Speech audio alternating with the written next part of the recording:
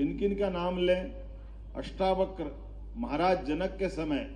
अपनी विद्वत्ता के बलबूते पर, उनके बारे में तो ऐसा कहा गया अष्टावक्र के कि वो गर्भ के दौरान ही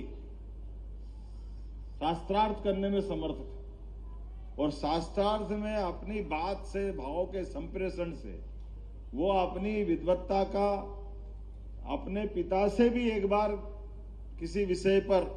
उनके पिता भी बहुत विद्वान थे और पिता को गुस्सा आ गया और उनकी भी अपनी साधना थी,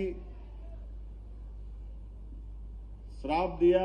बच्चा पैदा हुआ तो 8 अंगों से अलग अलग शरीर का बिल्कुल हिस्सा ऐसा था कि बड़ा मुश्किल था। लेकिन अष्टावक्र ने हार नहीं मानी, अपने जीते जी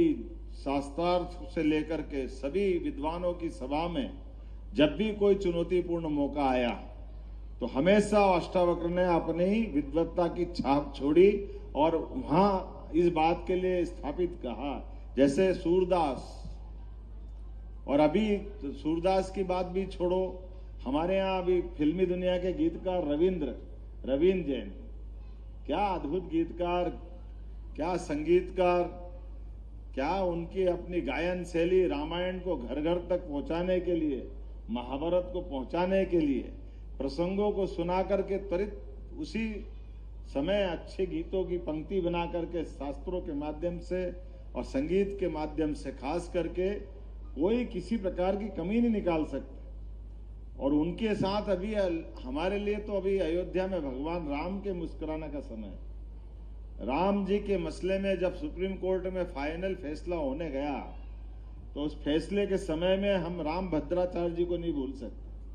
जिनने अपनी विद्वत्ता के बलबूते पर अकाट्य तर्कों के साथ, है तो वो बचपन से नेत्र सुख से वंचित,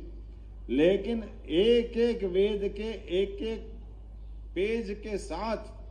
बड़ी सिद्धता के साथ 18 पुराण, 4 वेद, सभी उपनिषद जो उनको मुखारविंद से याद, 1 मिनट में कोई बोलता नहीं, ये पेज इस पे ये लिखा, खोल के देखो, आंखों वाला शर्मा जाए, लेकिन राम भद्राचार्य जी की बात कभी झूठी नहीं पड़ती है। ये है हमारी अपनी हाड़ मास के पुतले को परमात्मा की दी हुई देन। ऐसी एक नहीं कई सारी बातें मैं बता सकता